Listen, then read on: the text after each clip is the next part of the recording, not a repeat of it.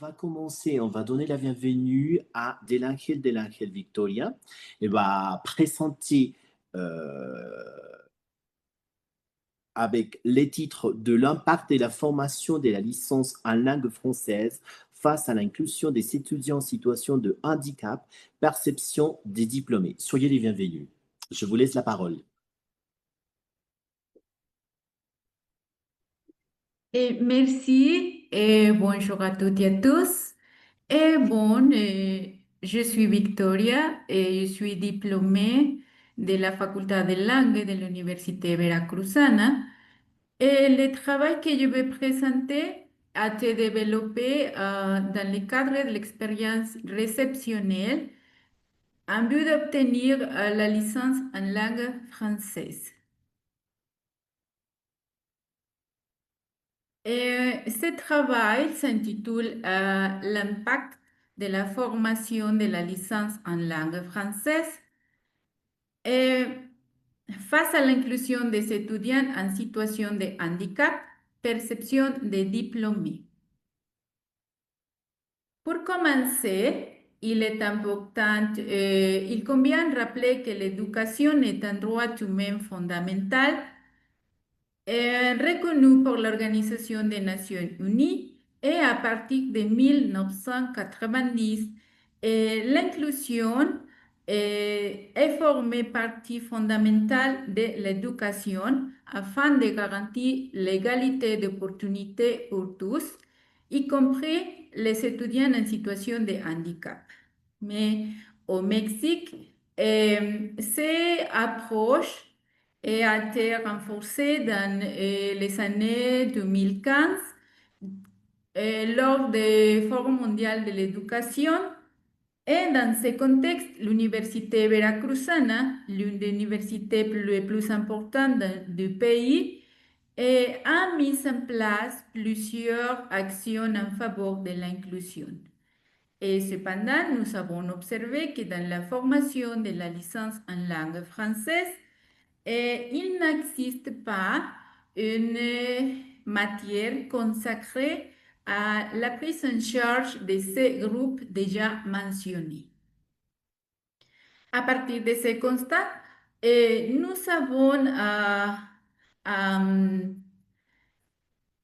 nous avons lié notre étude à analyser les perceptions des diplômés de la licence et sur l'impact de la formation face à l'inclusion d'étudiantes en situation de handicap dans l'enseignement des FLE. Plus précisément, il s'agit d'identifier les défis qu'ils ont rencontrés pendant les premières expériences et aussi les possibles limites qu'ils ont rencontrées liées à l'inclusion. Pour développer ce travail, nous avons soutenu le travail sur auteur majeur et sur le concept de l'inclusion, entendu comme un processus visant à accueillir des élèves dans une même scène éducative.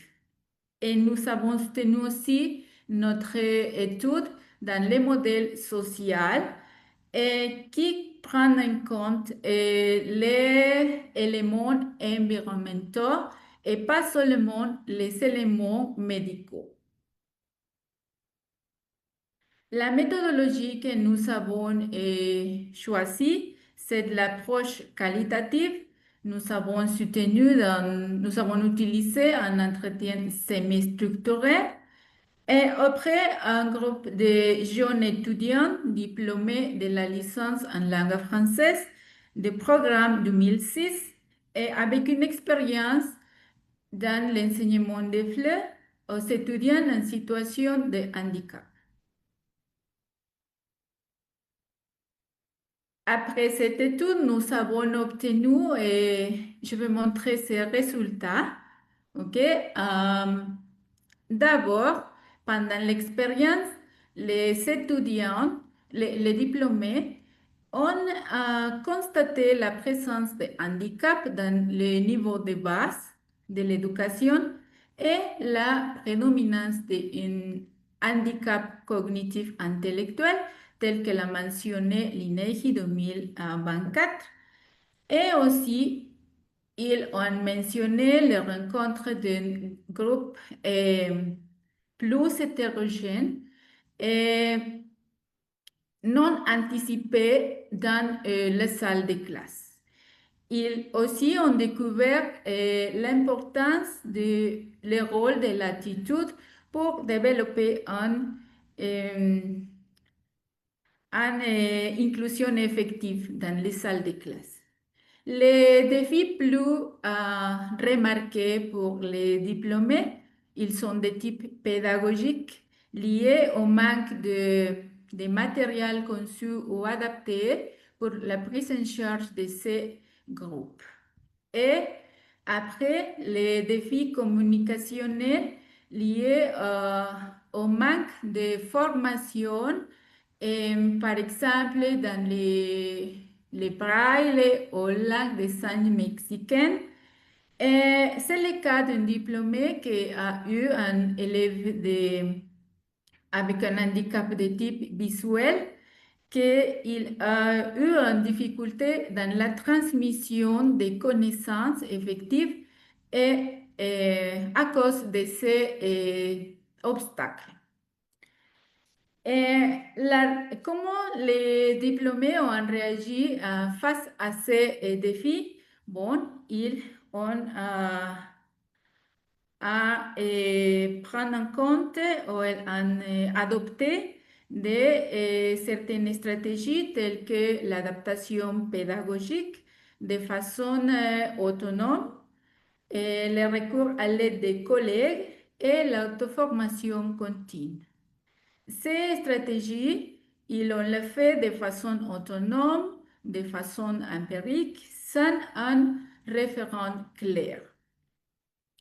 Et finalement, les diplômés ont déclaré avoir un sentiment de préparation insuffisante face à ces défis, malgré l'acquisition des compétences pédagogiques et didactiques et solides, telles que la création des matériels didactiques et la création des sens, et il ne prend en compte ces groupes l'attention ou la prise en charge des étudiants en situation de handicap. Et ils aussi ont déclaré un entraînement pédagogique peu représentatif à la diversité réelle.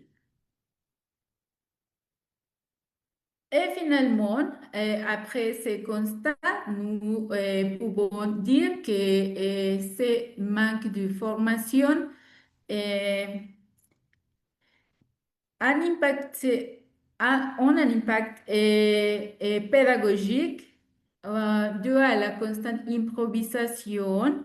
Et après, ils ont déclaré aussi une certaine insécurité au moment de transmettre les connaissances des langues. Et nous avons découvert aussi que l'inclusion ne repose pas dans un seul élément. C'est bien que l'attitude est essentielle, mais les enseignants ont besoin de référents clairs pour mettre en œuvre une inclusion effective.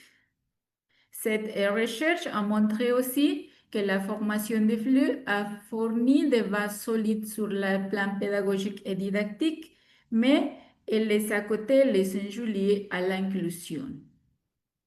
Et finalement, nous sommes d'accord dans l'intégration des modules consacrés à la pédagogie inclusive dans la formation initiale. Et bon, je remercie cet espace de présenter avec vous mon projet de recherche. Et en raison de temps, je ne peux pas partager tous les témoignages des participants, mais voici mes contacts si vous voulez savoir, si vous voulez connaître de façon approfondie mon projet.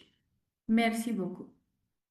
Merci beaucoup, Victoria del Ángel, pour partager votre soit projet de recherche, soit déjà la thématique d'aujourd'hui, l'impact de la formation de la licence en langue française face à l'inclusion des étudiants en situation de handicap, perception des diplômés. On a quelques minutes de temps, mais on va continuer pour juste à la fin laisser plus de temps. S'il y a des questions aux participants, je vous demande bien sûr d'utiliser notre boîte de chat pour commencer déjà à mettre vos questions.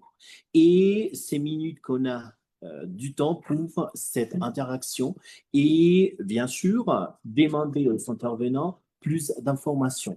On va continuer avec la 12e présentation. Enseigner le français sans hiérarchie, le jeu et la narration comme stratégie d'éveil aux langues. Donc, je vais passer la parole à Rosine Mur. S'il vous plaît, bienvenue et on peut déjà commencer.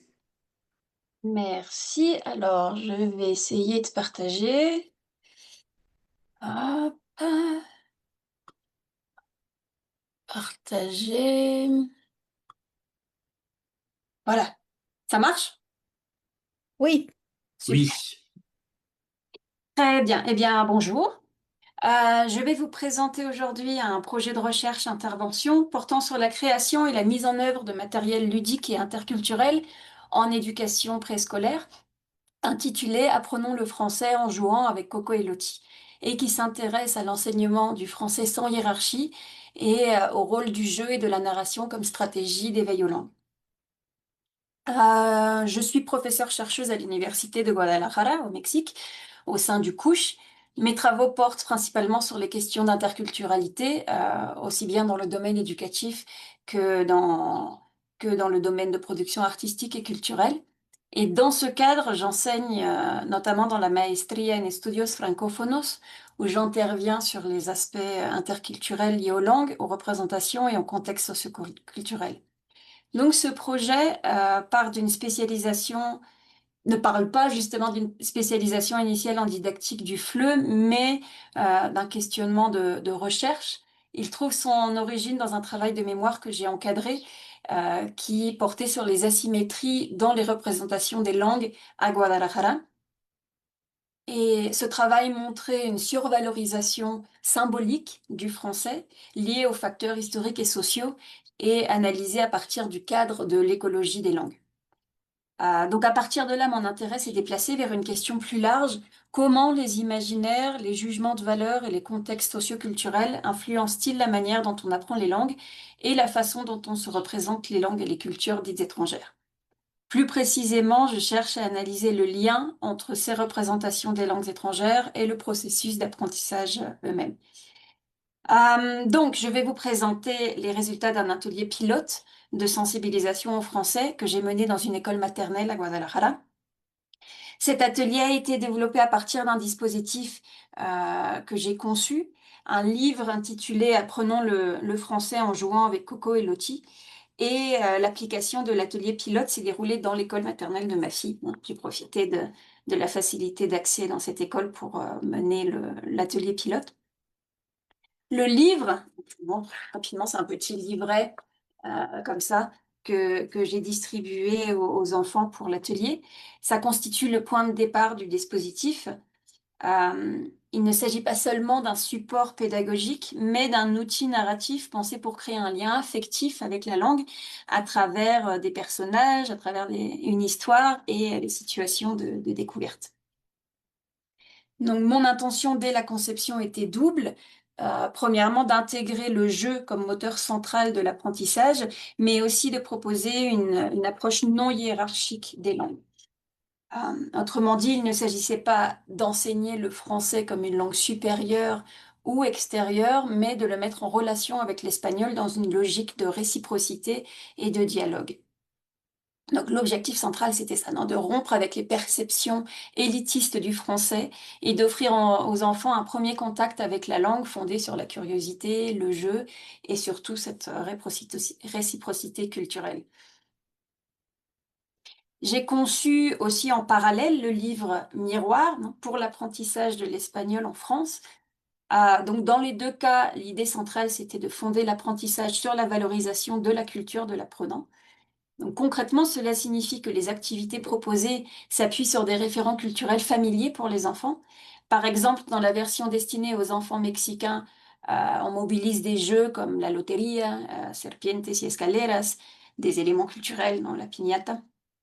Et dans la version destinée aux enfants en France, on retrouve des jeux comme le jeu de loi 1, 2, 3 soleil, qui font partie de leur univers culturel.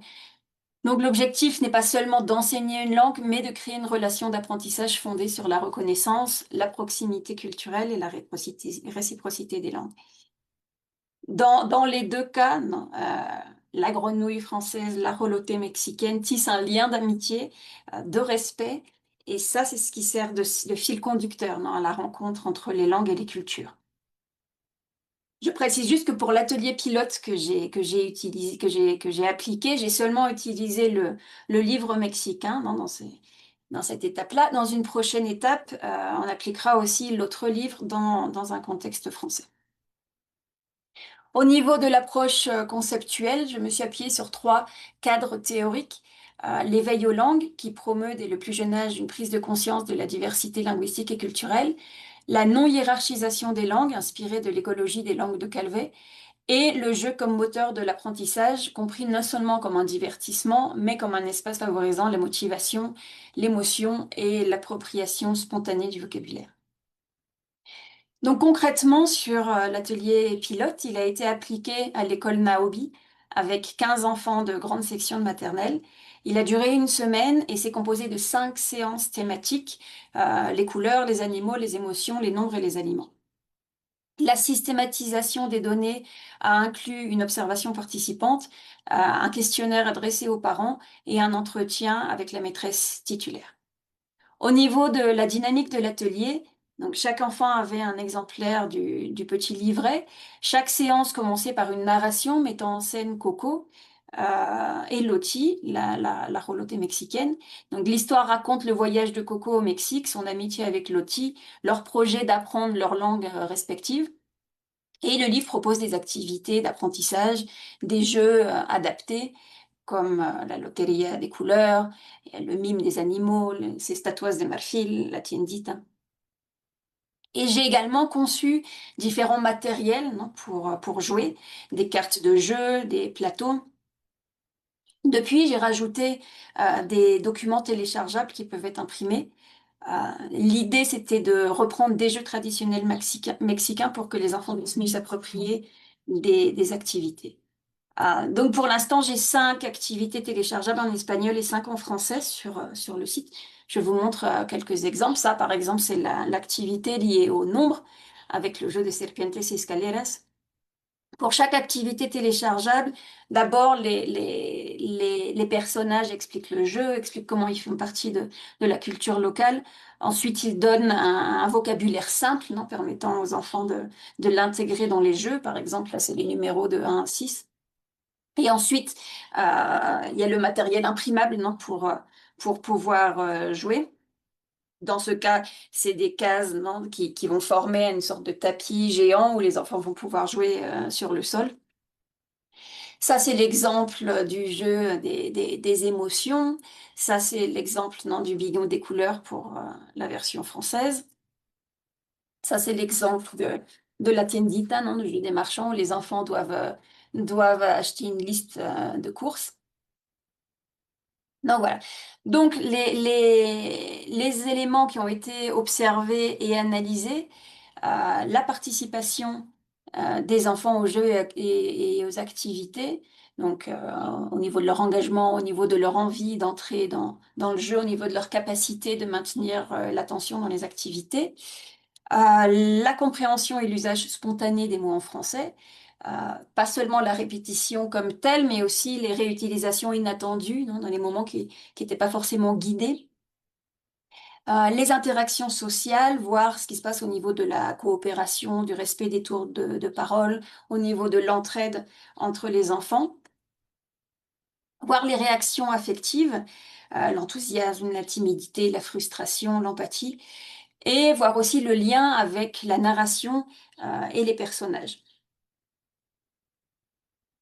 Donc au niveau des résultats préliminaires, non, des tendances qu'on peut observer à partir de ce premier atelier pilote, on a pu voir une forte motivation, du plaisir à participer, beaucoup d'énergie avec les enfants de cet âge-là. Un usage spontané des mots en français par les enfants, et même souvent en dehors des moments strictement pédagogiques, non, ce qui nous parle d'une forme d'appropriation. Et aussi quelque chose qui m'a surpris, moi qui n'ai pas l'habitude de travailler, non, avec des enfants, c'est leur capacité au niveau de capter la prononciation, non, leur capacité à m'appeler Rosen avec un accent parfait, et puis d'utiliser des petites expressions spontanément, non, comme voilà, très bien, merci, etc. Il vous Euh, reste 4 minutes, Rosane. Très bien, je vais me dépêcher. Donc, autre élément observé, l'appréciation des personnages, une implication personnelle dans le développement de l'histoire, comment ils réagissaient aux actions, comment ils anticipaient certaines situations, comment ils reprenaient le rôle, non, des différents personnages. Ensuite, le partage enthousiaste à la maison. À partir du questionnaire, non, on a pu voir qu'ils avaient beaucoup parlé à leurs parents des activités, qu'ils avaient rejoué certaines situations. Un élément qui m'a surpris aussi, c'est qu'ils ont plus valoré que ce que j'imaginais les moments un peu plus scolaires, non, où j'enseignais le vocabulaire, par exemple, où j'avais anticipé que ça allait être un peu plus ennuyeux, et alors que c'est quelque chose au final qui leur a beaucoup plu aussi. Et l'usage ludique de l'espace. Ça, c'est aussi quelque chose qui a eu beaucoup plus d'importance que ce que j'avais anticipé. Le fait qu'ils puissent bouger, danser, ça a beaucoup participé à leur motivation et à leur enthousiasme. Au niveau des pistes de travail actuelles, donc cette année, j'ai prévu de développer d'autres ateliers. Je vais avoir 2 assistantes de recherche qui vont m'aider. Donc l'idée, ce serait de faire d'ateliers au Mexique et en France, au niveau plutôt d'école primaire, non, CP. Et aussi dans l'idéal de créer des espaces d'échange entre les enfants français et mexicains. Donc peut-être s'échanger des dessins, des lettres, des petites vidéos, etc. Non, pour qu'il y ait vraiment une expérience vécue réelle de l'interculturalité.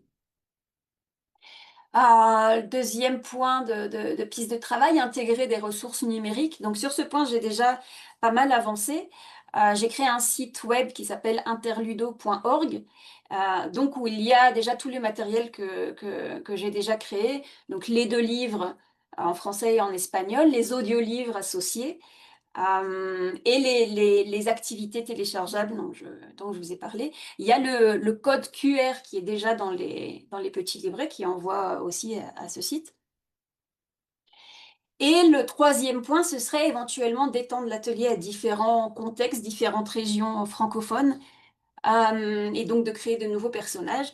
Même si cette perspective doit être abordée avec précaution, parce que justement, comme l'idée, c'est de ne pas représenter d'autres cultures à partir de stéréotypes, s'il est fait de forme unilatérale à partir de ma propre conception, non, de ces différentes régions, ça risque, non, de justement être en partie stéréotypé. Donc idéalement, ce serait développé en collaboration avec des enseignants issus justement de ces contextes, non, pour garantir une approche plus située.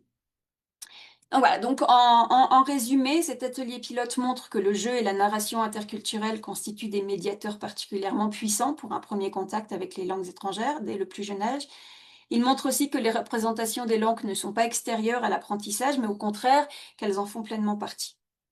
Dans ce dispositif, le fait de proposer une approche ludique, affective et non hiérarchique des langues a permis de déplacer ces représentations et de ne pas présenter le français comme une langue de prestige. Et donc, voilà, l'atelier a montré que les enfants ont développé une relation affective avec la langue, une première forme de sensibilité à la diversité linguistique et culturelle. Donc ça suggère que de travailler sur les imaginaires et les rapports symboliques entre les langues constitue un levier central pour penser autrement l'apprentissage des langues dès l'enfance. Donc je vous Merci laisse beaucoup. ici Ah mon oui, allez, allez, adresse. allez. Pardon? Continuez, continuez. Je vous laisse mon adresse institutionnelle pour toute question, pour toute remarque ou critique. Toute forme de collaboration, que ce soit au niveau d'adaptation du dispositif, d'expérimentation, de commentaires sont très très bienvenus. L'idée, ce serait justement de faire évoluer ce projet de manière collective, en dialogue avec d'autres pratiques, d'autres expériences et d'autres perspectives. Donc voilà, merci beaucoup pour votre attention. Merci beaucoup, Rossène Lemur, pour ces partages de ce projet vachement intéressant. On va passer à notre troisième intervention, euh, l'enseignement de la langue et de la littérature française à partir de la transdisciplinarité et en fonction des ODD. On passe la parole à Germán Rueda Vázquez. Bienvenue. Merci. Je vais partager mon écran. Est-ce que c'est bien visible? Oui? Ah non, Pas encore. pas encore. Mhm. C'est parfait. Ok. Est-ce que vous pouvez le partager? Voilà. Merci beaucoup. Ok. Bien, merci pour l'invitation et bonjour à tous mes collègues. Et je voudrais aujourd'hui vous partager un projet que j'ai développé qui s'appelle l'enseignement de la langue et de la littérature française à partir de la transdisciplinarité et en fonction des objectifs de développement durable de l'ONU. Et je suis prof de littérature française, des langues françaises aussi, et d'éthique à la faculté de langue de l'Université de l'État du Mexique et aussi au TEC de Monterrey. Donc, je vous présente d'abord le projet. Ces projets, je l'ai développé à partir de la théorie de Nicolescu, et qui a élaboré le programme de la transdisciplinarité au début du 21e siècle, et aussi à partir de la pensée complexe d'Edgar Morin. Et donc, ce sont mes bases théoriques et méthodologiques, mais pour les appliquer à un projet de didactique de la langue et la littérature au sein de la faculté des langues, comme j'ai déjà mentionné. Et j'ai travaillé avec 90 étudiants à peu près, et dans un cours qui s'appelait, parce que ça n'existe plus, Analyse littéraire en français. Et bon, actuellement, on est en train de renouveler les programmes de la licence. Ce cours comme tel a disparu en 2024, mais actuellement, il existe un nouveau programme, un nouveau cours qui s'appelle Littérature française, texte choisi, et qui est en certaine façon la suite ou la continuation de ce cours initial. Et j'ai développé ces projets en 2024, mais les résultats, je les ai eus en 2025.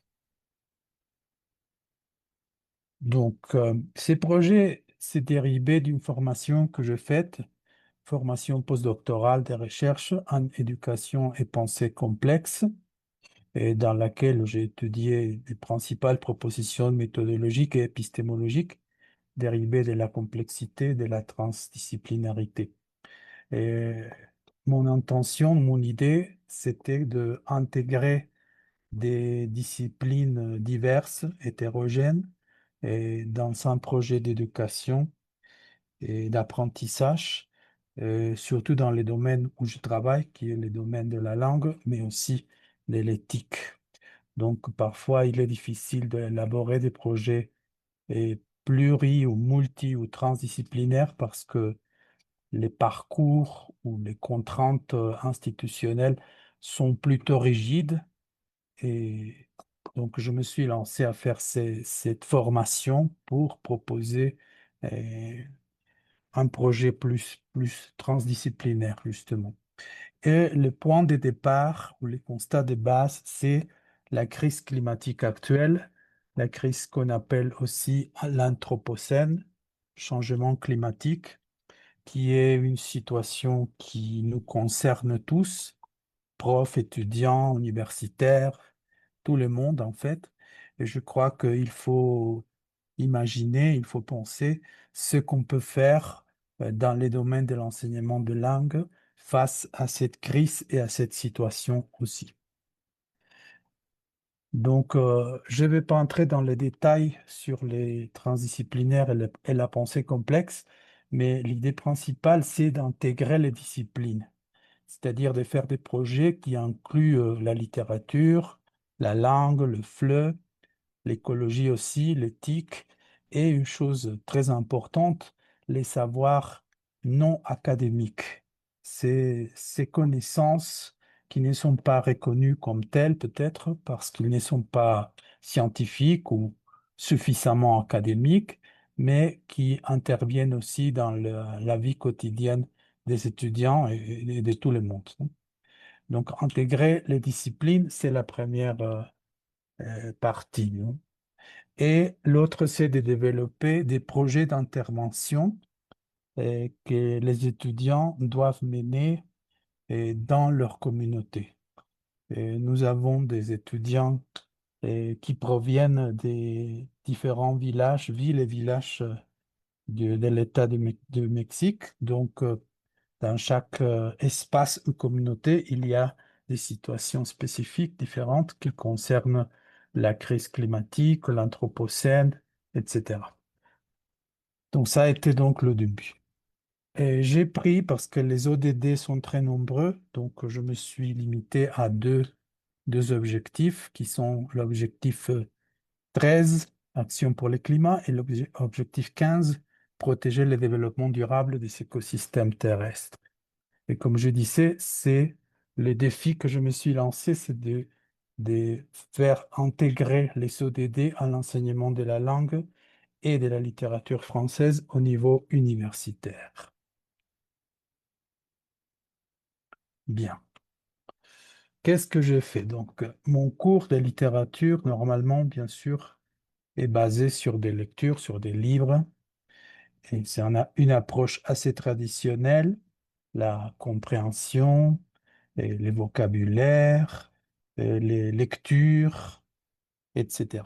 Donc, tout ce qu'on fait traditionnellement, j'ai fait ces cours depuis plusieurs années. Et à chaque fois, donc, ce qu'on fait, c'est une sélection d'auteurs, des textes ou d'extraits, parce que parfois il est difficile de lire des textes complets.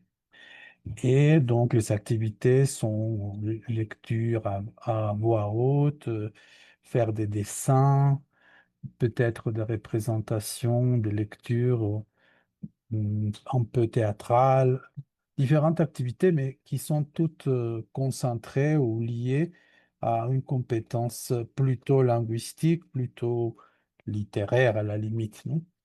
Et donc, je me suis dit, je vais changer l'approche, la méthode, et maintenant, je vais me servir des textes pour élaborer des projets ou pour que les étudiants élaborent des projets d'intervention transdisciplinaire. Et pour faire ça, je limitais le nombre de lectures. J'ai seulement choisi 3 lectures, un extrait des Fables de Jean de La Fontaine, une nouvelle de Émile Zola qui s'appelle Le Paradis des chats, qui est très joli, et un ouvrage qui me paraît exceptionnel, un livre de sagesse qui s'appelle L'homme qui plantait des arbres de Jean Giono. C'est un classique de la littérature et qui est un texte très inspirant, très... Oui, c'est beau, c'est magnifique. Je l'adore, ce livre. Mais l'idée, ce n'est pas seulement de dire, ah, que c'est beau, il écrit très bien, Jean Giono, j'adore la langue française, comment ça s'écoute, etc. C'est de se poser la question comment ce livre, cette lecture va me mettre en cause, va m'interroger sur la situation que nous vivons actuellement au niveau de l'environnement, de la planète, de nos pratiques quotidiennes. Donc, l'idée directrice a été d'utiliser ces textes comme des éléments déclencheurs de la réflexion et l'action sur le climat, la protection de la Terre et les organismes vivants. Ce sont justement l'intégration des ODD Il vous au reste travail de 5 lecture. minutes. Ah, merci. Donc, on a fait un travail, bien sûr, basé sur des techniques traditionnelles, la compréhension globale, détaillée, la révision du vocabulaire, mais on a formé des groupes pour que chaque groupe choisisse un projet d'intervention, à la fois de lecture et d'action par rapport aux ODD. Quelles activités ou quels projets ont mené les étudiants? Bon, les projets ont été assez hétérogènes. Ils ont élaboré des potagers, des journaux d'observation de leur communauté, dans certains cas des campagnes de réforestation ou de protection des animaux. Donc, le projet s'est effectivement développé. C'est pas justement une idée. Ils ont, ils sont intervenus dans leur espace, dans leur communauté. Donc, j'ai des évidences que je pourrais vous montrer, mais je n'ai pas le temps.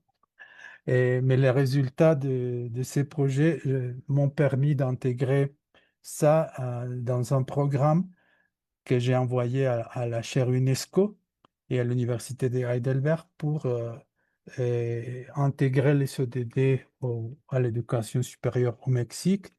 Le projet a été bien apprécié, bien approuvé. Et actuellement, je suis en train de faire le programme des, des littératures, le nouveau programme avec cette perspective. Je vous mets pour finaliser quelques exemples de ce que mes étudiants ont fait. Par exemple, un journal d'observation sur les changements saisonniers dans l'environnement naturel de ma communauté, et les suivis d'un arbre, observer un arbre que l'étudiant a planté et comment ça a changé au cours du semestre, et faire un potager, cultiver des tomates vertes et, à la maison, chez elle. Et un autre projet qui a été fait par une étudiante qui venait de l'université de Turin en Italie, c'était élaborer un journal sur la situation des chiens errants dans la ville. Et ça s'appelait Le Paradis des chiens, qui a été inspiré par Les Paradis des chats d'Émile Zola. Et c'est une sorte de reportage de quelle est la situation des chiens errants dans notre communauté, dans notre ville. Donc tout ça, ce sont des exemples que je pourrais vous partager si vous le voulez, et avec des évidences de ce que les étudiants ont fait. Et bon, merci, je termine, je suis un peu, ça a été un peu rapide, mais si vous avez envie de réviser ces projets et surtout les projets que les étudiants ont faits, je vous laisse mon contact et je pourrai vous partager ces évidences et aussi, bien sûr, que nous pourrions, si possible, développer des projets ensemble avec des collègues. Merci beaucoup.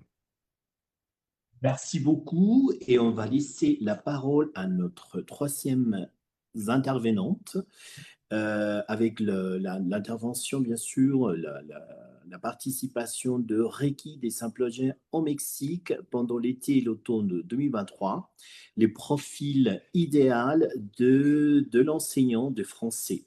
Soyez les bienvenus, Mario Eugenia Olivos Pérez et Stéphanie Marie-Brigitte Voissin. Je vous laisse la parole. Bonjour à toutes et à tous. Alors, je ne sais pas, Maru, si tu peux partager la présentation, s'il te plaît. Donc, bonjour, chers collègues, étudiantes et étudiants. C'est un plaisir d'être ici avec vous pour partager un peu l'état de nos recherches. Maria Eugenia et moi sommes enseignantes à la faculté de langue de la UAP. Nous sommes aussi membres du groupe de chercheurs d'interaction dans la salle de classe. Et dans ce sens, nous faisons un certain nombre de recherches sur différentes thématiques. Et donc, celle que nous vous présentons aujourd'hui porte sur le profil de formation des enseignants après la pandémie, ce qui est un nouveau profil, non? Bien. Cette présentation donc porte sur un contexte, des objectifs, une question de recherche, méthodologie, résultats et conclusions. Je vais aller assez rapidement pour la première partie puisque ce qui nous intéresse avant tout, c'est ce qui concerne les résultats. Bien, donc à la faculté de langue de la UAP, nous avons une licence en enseignement du français qui forme de futurs enseignants, de préférence de français, mais aussi nous avons des étudiants qui se dirigent plutôt vers l'enseignement de l'espagnol. Quel est le contexte qui a donné lieu à cette recherche? C'est que nous avons fait une révision du plan d'études 2016 qui a donné naissance à la licence en enseignement du français après la pandémie. Alors, comme vous le savez tous, comme nous l'avons tous vécu, cette pandémie, ça a constitué vraiment... Il y a eu un avant et un après la pandémie, non? Ça nous a pris de court, ça nous a obligés à faire face à des défis que nous n'avions jamais été amenés à surmonter, principalement des défis technologiques. Mais ça nous a mené aussi à nous poser des questions sur la perfectibilité du profil de l'enseignant. Donc pour ça, nous avons essayé de comprendre certains phénomènes pour pouvoir adapter notre plan d'études. Alors, le premier point, c'est s'interroger sur ce nouveau contexte d'enseignement qui a été modifié par la quarantaine et les modalités d'apprentissage.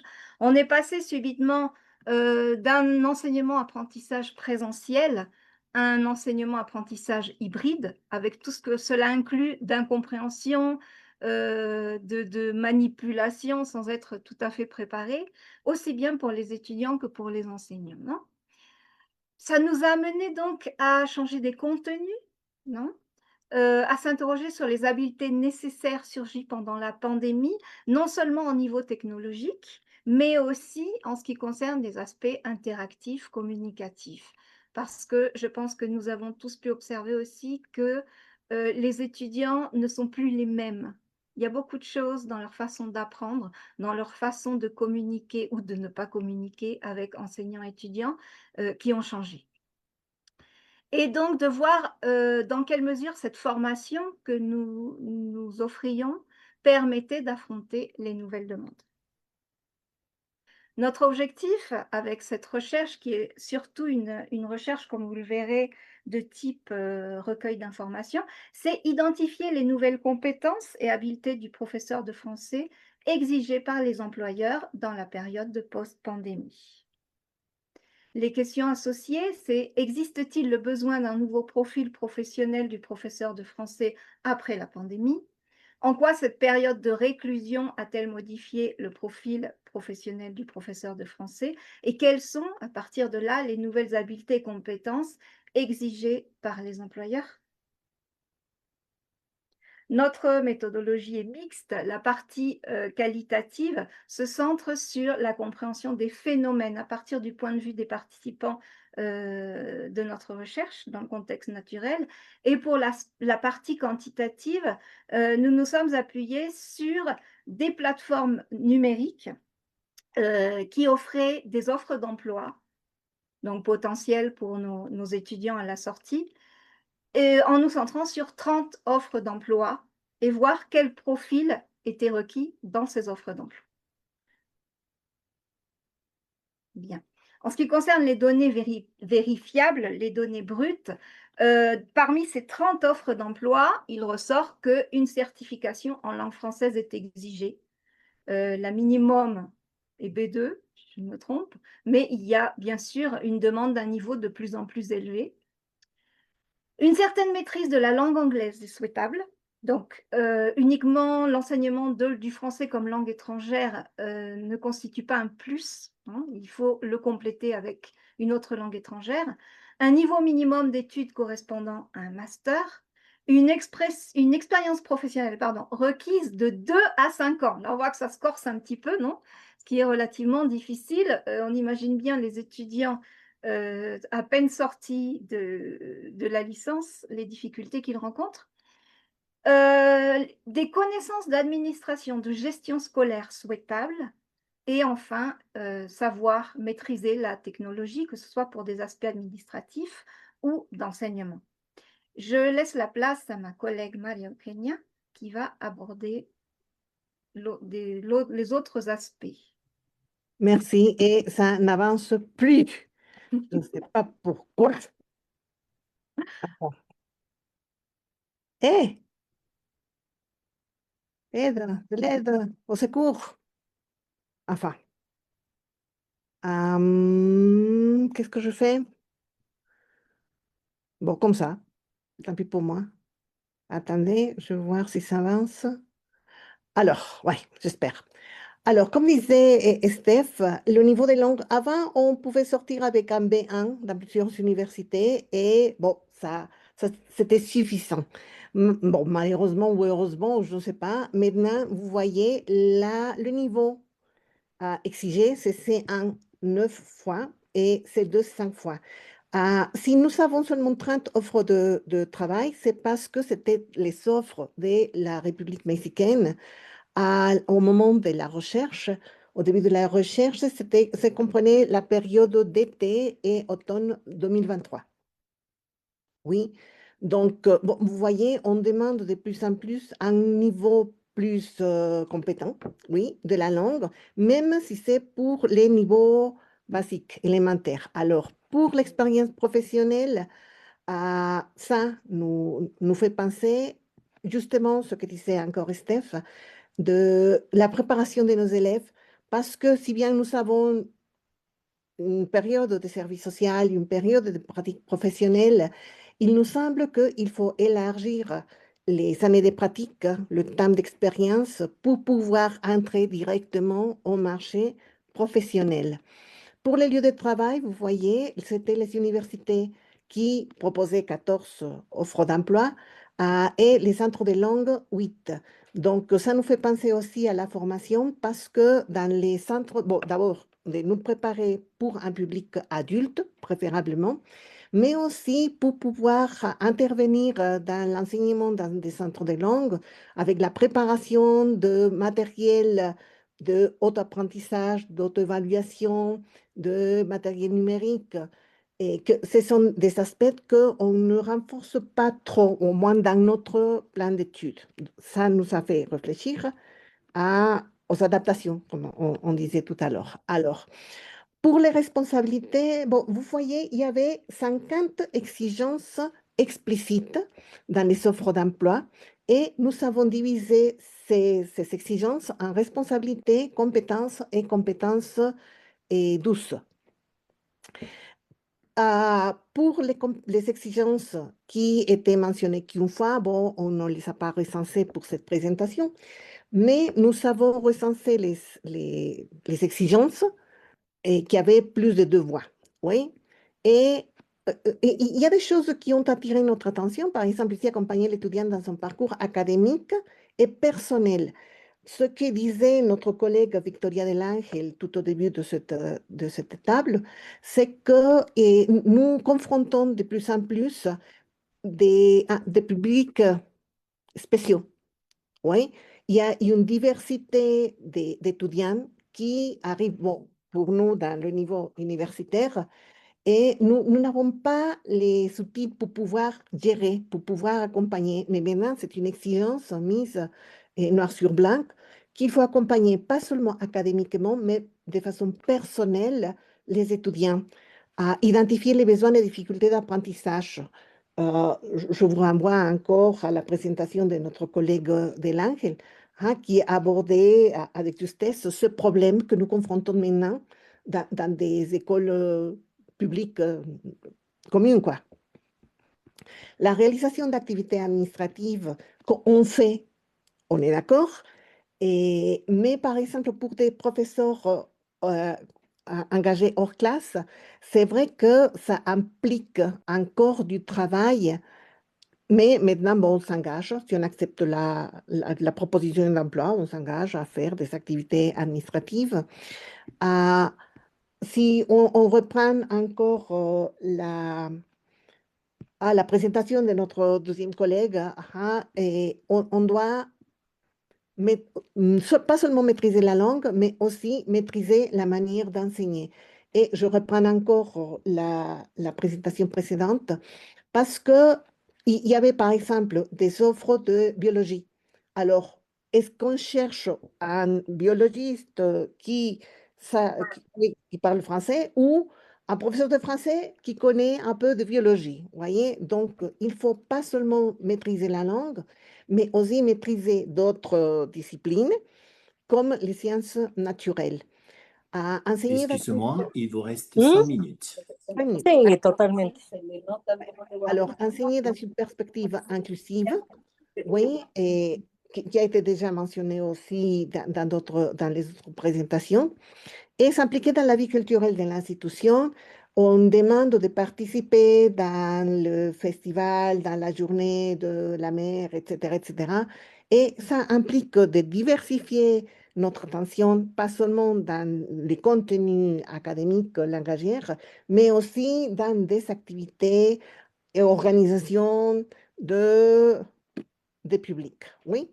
Bon, en ce qui concerne les compétences, bon, bien évidemment, on attendait, oui, comme exigence, la gestion des technologies et comme utilisant d'enseignement et aussi des plateformes éducatives.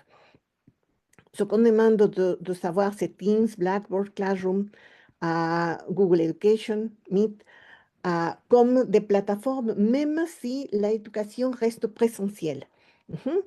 Planification quotidienne et hebdomadaire, projet de recherche, préparation des examens d'ALF. Si bien on nous demande déjà d'avoir un niveau minimum de langue, déjà préparer, savoir les stratégies de préparation, ça devient aussi une exigence.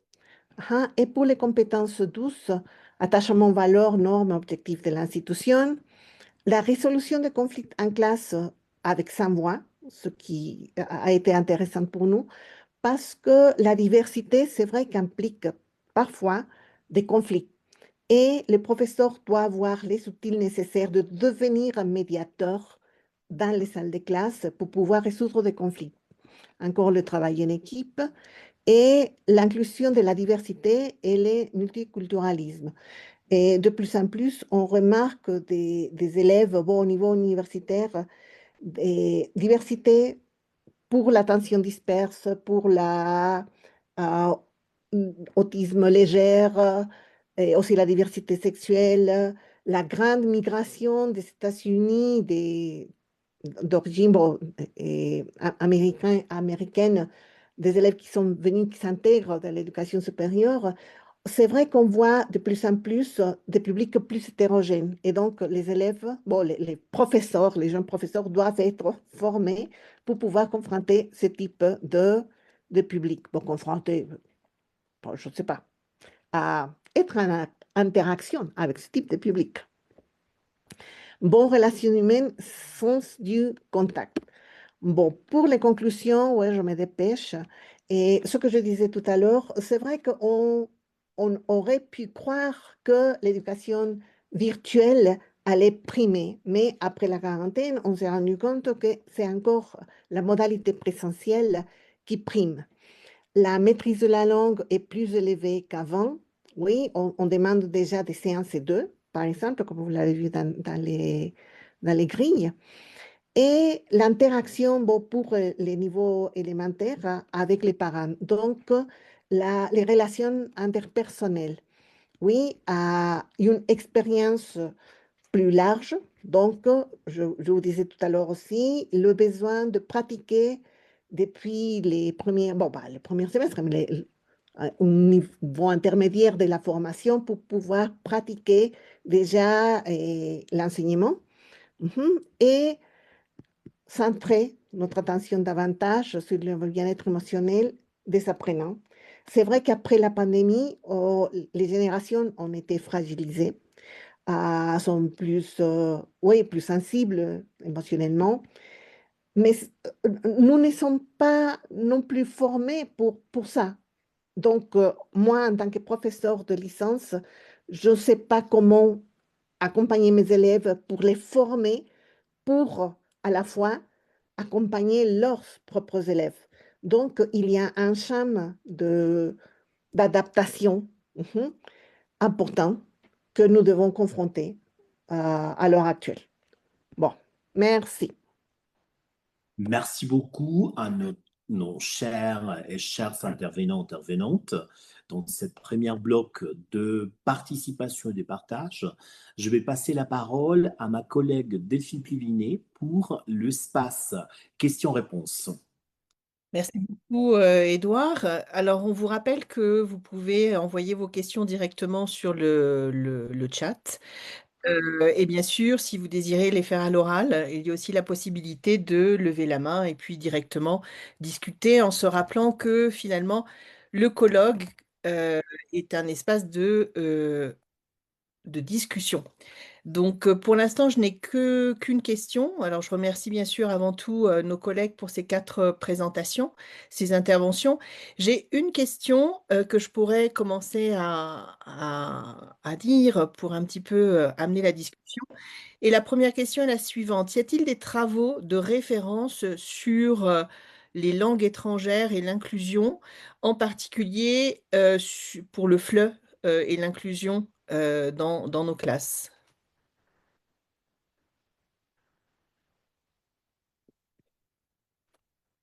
Alors pour l'instant, j'ai que cette question. Je ne sais pas si, je crois que c'était notre première intervenante, si elle veut répondre pour commencer.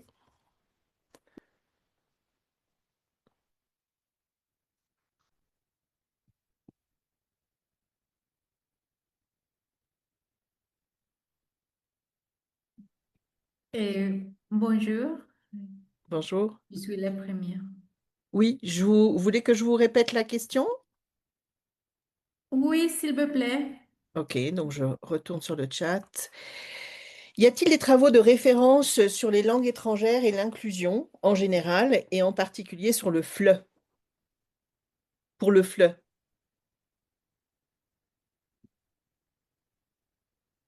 Et je n'ai pu bien écouter. Vous pouvez répéter, s'il vous plaît. D'accord, donc je vais essayer de parler plus fort. Y a-t-il des travaux de référence en langue étrangère et l'inclusion en général, comme un petit peu une base de référence bibliographique, et en particulier sur le FLE, pour les cours de FLE? Oui, j'ai pris des travaux de recherche, principalement les travaux de l'UNESCO et les travaux de plusieurs auteurs. Et aussi dans la faculté, il y a des travaux dans l'université veracruzana, mais dans les niveaux de doctorat seulement. Et mes référents, ils sont principalement l'UNESCO et, euh, et certains sujets sur les didactiques, la pédagogie et les recherches de l'Organisation mondiale de la santé. D'accord, merci beaucoup. De toute façon, je pense que s'il y a des questions en particulier, il y a des échanges qui peuvent se faire à travers le mail des intervenants. J'ai une question pour Rosane Lemur. Comment avez-vous choisi les jeux du côté mexicain et français?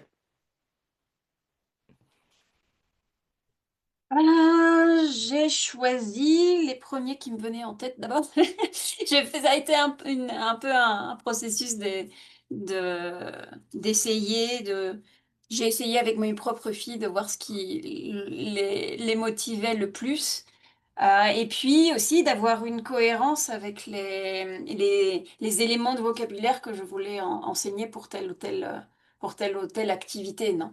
Par exemple, l'activité de serpientes y escaleras était particulièrement pratique, non? Pour répéter de manière systématique les numéros à chaque fois qu'ils avançaient sur le jeu. La loteria, c'est au niveau des couleurs. Enfin, donc j'essayais d'avoir une cohérence entre des jeux qui étaient très connus, très systématiques, et puis une adaptation qui permettait de, de s'entraîner sur les différents thèmes, non, que j'avais pensé pour le cours. Et puis, oui, d'avoir cette appropriation culturelle, non? Donc, Serpientes y Escaleras, ça n'existe pas en France, donc d'adapter, par exemple, dans ce cas, avec le jeu de loi.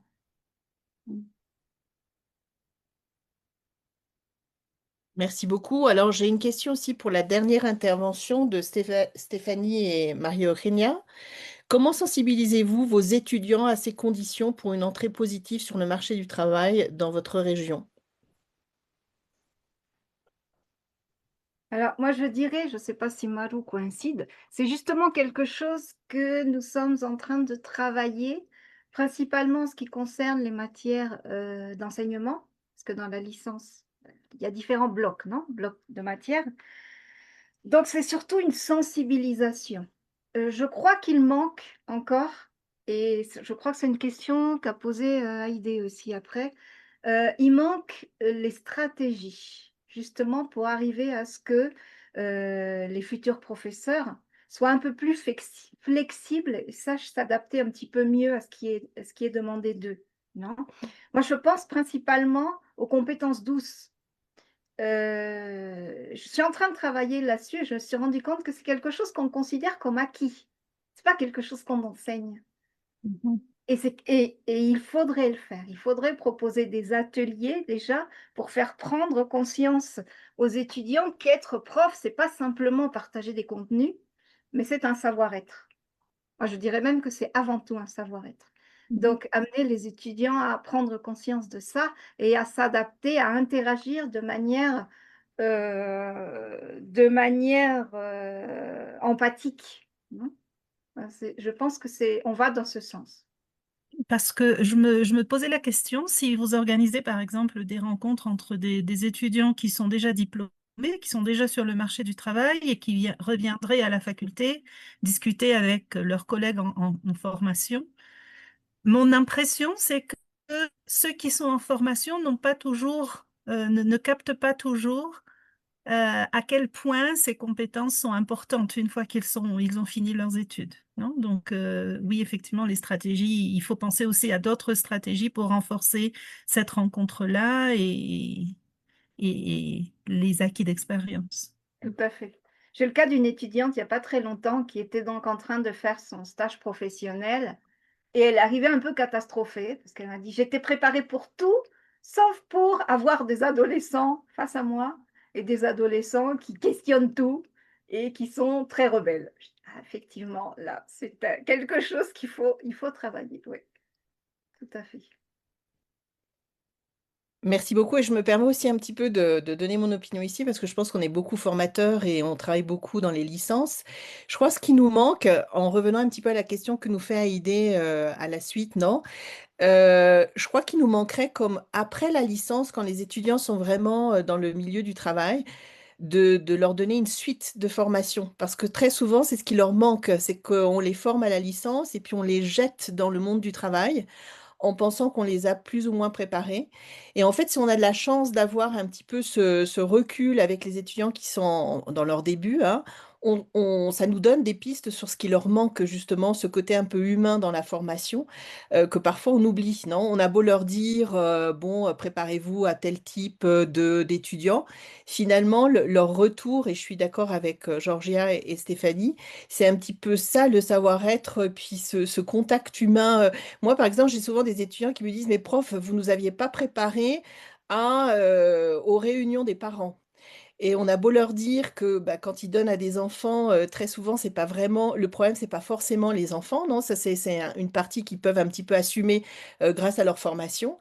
Mais ce côté réunion des parents, bah, ils sont pas toujours préparés à quoi répondre, comment répondre. Donc c'est vrai que cette idée de formation continue, je pense qu'on aurait une liste assez intéressante que on pourrait travailler, mais cette continuité, non, justement, après la licence, qu'est-ce qu'on pourrait offrir comme formation intervention. Je pense que c'est une partie importante à travailler. Mais bon, je ne veux pas prendre la parole. Il y a une autre question, je me permets, je pense qu'on a encore un petit peu de temps. Il y a une autre question de la part de Elie Reyes. Je pense que c'est pour à peu près tous les intervenants. Il y a ou il devrait avoir une relation réelle du profil idéal du professeur associé au paiement salaire.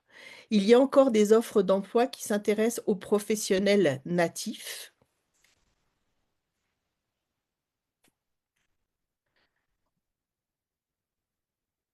Je ne sais pas si quelqu'un de vous aimerait répondre.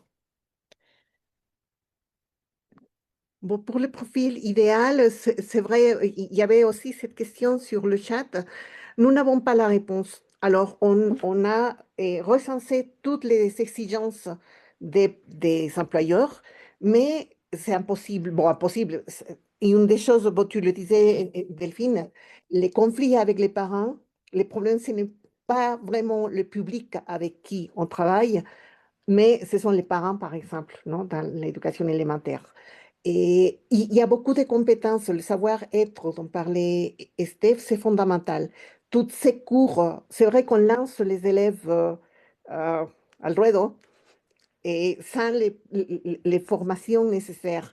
Je félicite aux organisateurs parce que de pouvoir partager déjà nos trouvailles, je vois des élèves de notre faculté qui sont là, qui s'intéressent, et bon, de pouvoir partager ça, peut-être ça pourrait sensibiliser un peu, non, attirer l'attention à telle ou telle voie de préparation nécessaire pour entrer dans le marché du travail.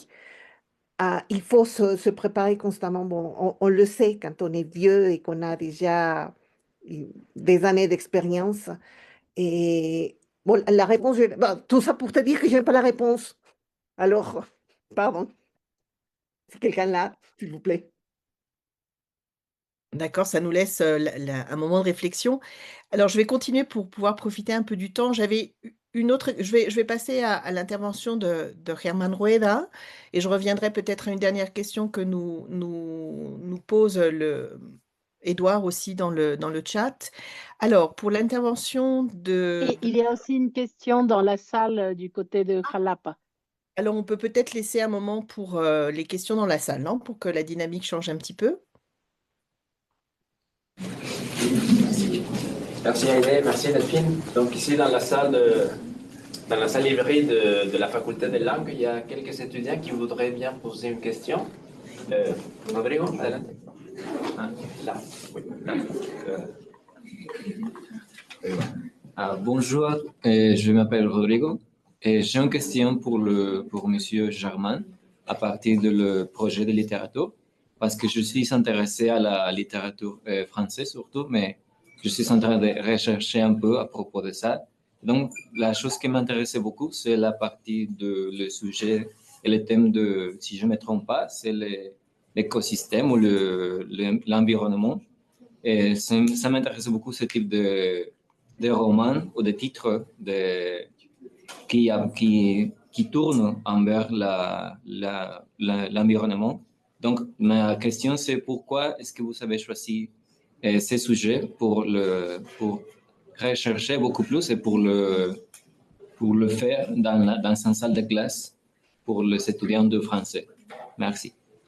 Et si vous me permettez, il y a aussi une autre question de notre étudiant. Allez-y. Salut, mon question c'est pour le monsieur Germain. C'est avez-vous relevé des difficultés inattendues dans le processus? Et aussi, comment évaluez-vous à la fois les compétences linguistiques et littéraires et l'appropriation des enjeux de développement pour qu'ils soient durables pour les élèves?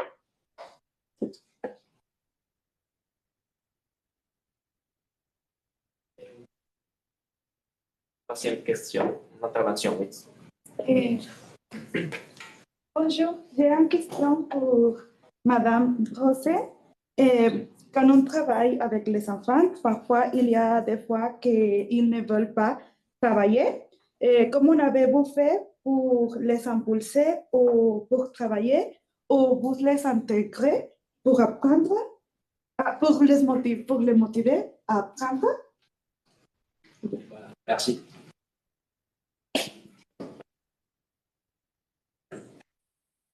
Alors, on va peut-être laisser à notre collègue le temps de répondre aux 2 premières questions, al maestro Germán, et ensuite on laissera la parole à Roxane, pardon.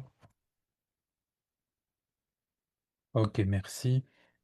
Et ça s'écoute correctement, oui? Oui, parfait. Oui. Ok. Bien, merci pour les questions. Et bon, il faut vous dire d'abord que mener ou élaborer ces projets, c'est très difficile parce qu'il y a beaucoup de travail. Je dois noter à la fois la partie, disons, traditionnelle, compréhension, vocabulaire, etc., mais aussi les projets. Mais le point de départ de la transdisciplinarité, même si ça évoque un concept assez difficile, en réalité, s'adresse à une situation que les étudiants connaissent directement. Les changements climatiques, la crise de l'Anthropocène, ce n'est pas une théorie, c'est une situation que nous vivons actuellement. Et dans beaucoup de communautés ou de villes ou des quartiers, nous avons des différents défis. Et par exemple, j'ai évoqué la question des chiens errants et les animaux qui habitent donc sur la rue, mais il y a d'autres problématiques. Donc l'idée, c'est que l'étudiant parte et élabore un projet à partir d'une situation qu'il connaît ou qu'il est en train de vivre dans sa communauté. C'est ça. Et l'autre défi, c'est que nous devons évaluer à la fois la partie langagière, linguistique, et aussi la partie du projet, de l'intervention. Donc, il faut faire 2 barèmes ou un barème assez complexe, rubrica, et qui contient à la fois les aspects du FLE que je veux développer chez l'étudiant, non, la compréhension, la production, vocabulaire, etc., et aussi la partie de l'intervention, du retentissement de ce projet dans une situation réelle.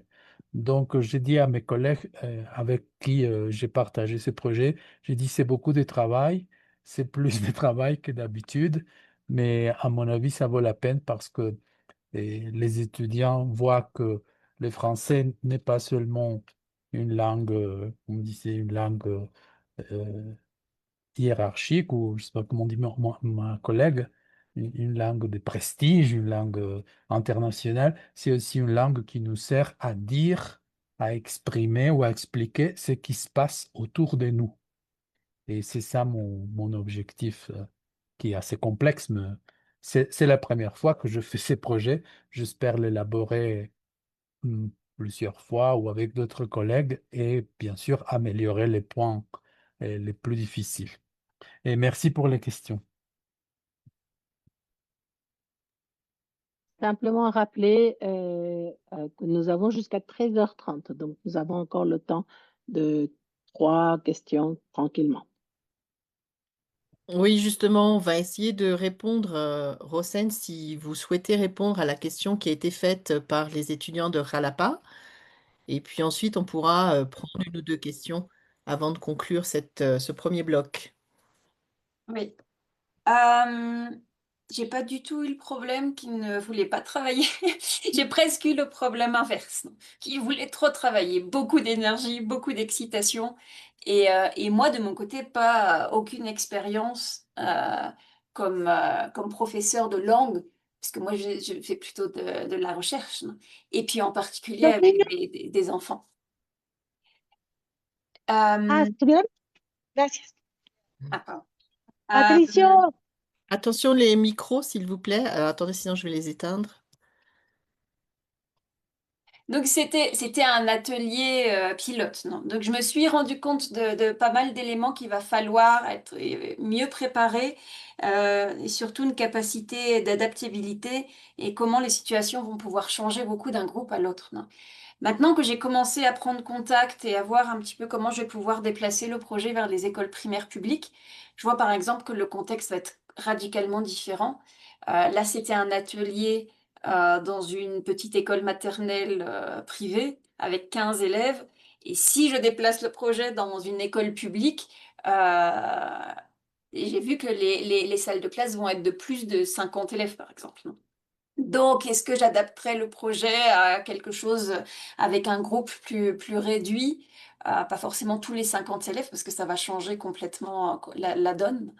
D'entrée, je pense qu'il sera important d'avoir au moins 2 personnes par atelier, justement parce qu'une seule, je me suis rendu compte, même avec 15 enfants, je ne pouvais pas avoir mon attention divisée dans différents moments. Donc déjà avoir au moins 2 personnes par atelier, c'est pour ça que je travaillais avec des assistantes de recherche.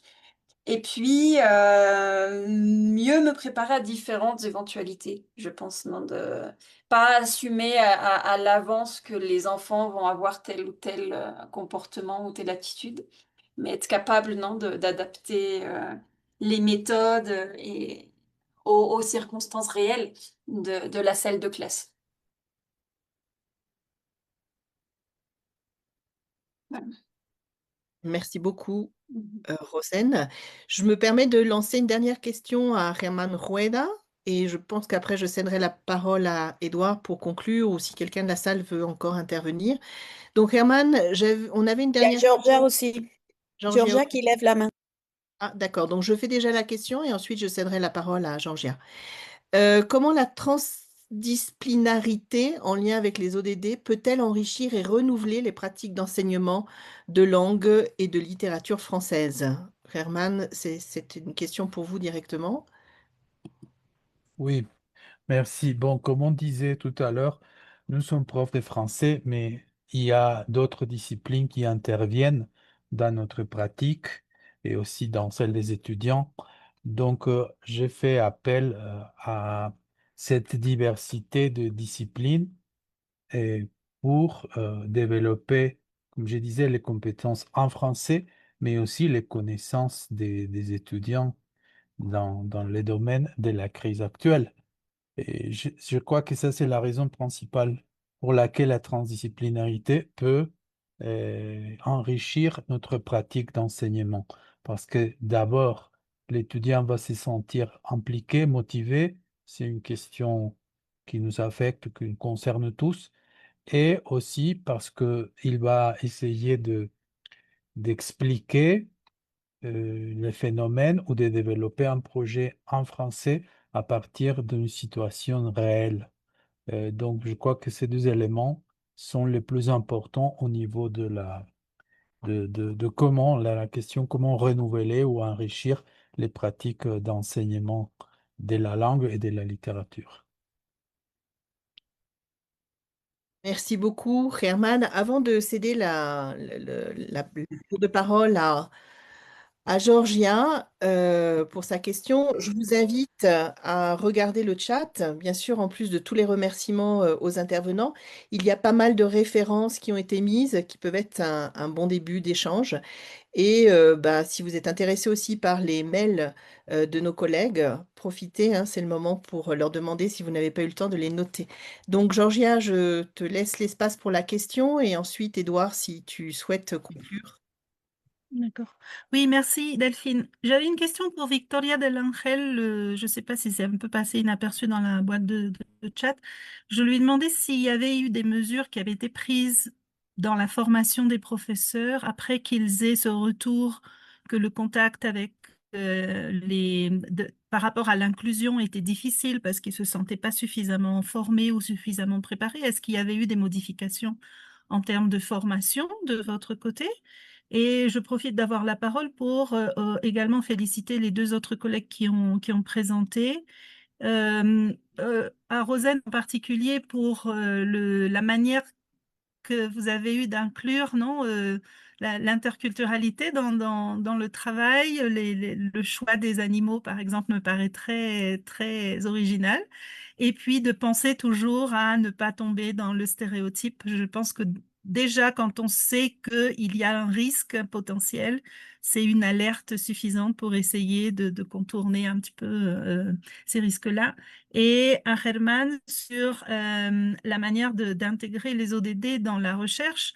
Ma question à Germán, ce serait comment vous avez choisi ces ODD-là par rapport à la littérature, parce que dans un premier temps, ça paraît être des thèmes complètement différents et très, très séparés les uns des autres. Voilà, c'est tout. Merci.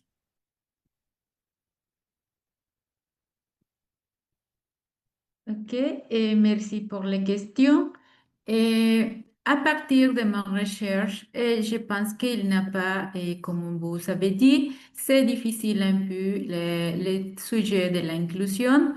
Et de façon personnelle, moi, à partir de cette recherche, je change un peu la façon d'enseigner. Je pratique un peu la patience d'abord et quand j'ai un nouveau groupe. Mais on change et matérialisé et je pense il manque un peu de sensibilisation et aussi l'accompagnement des institutions pour faire un cours de flé véritablement effectif. Mais ma directrice et moi, nous continuons à travailler dans ces sujets pour changer un peu l'esprit et la sensibilisation des autres collègues. Merci.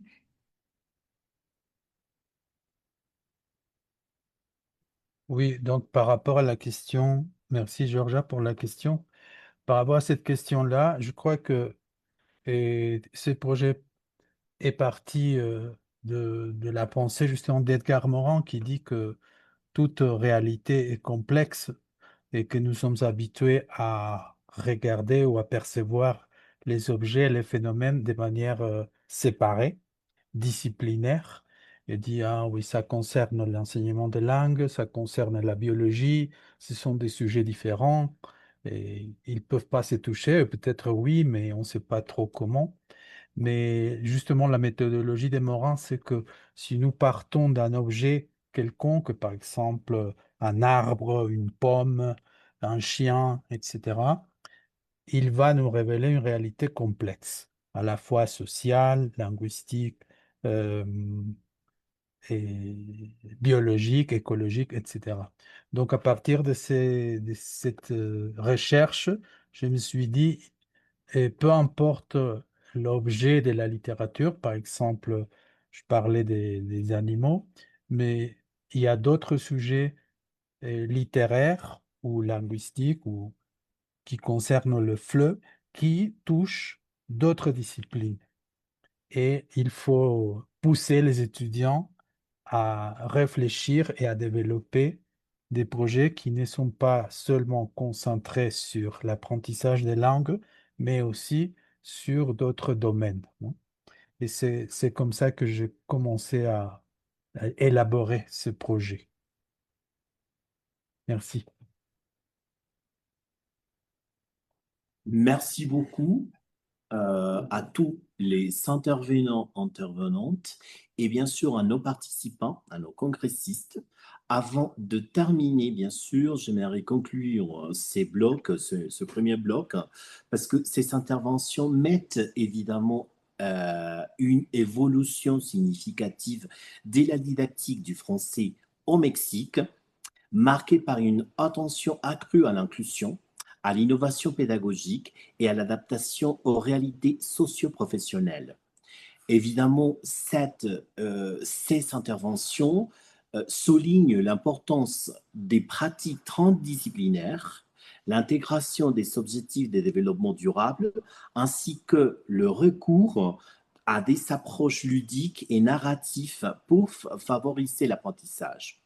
Enfin, ces interventions révèlent une convergence entre les exigences du marché du travail et la formation académique appelant à un profil d'enseignant à la fois flexible, inclusif et ancré dans les enjeux contemporains.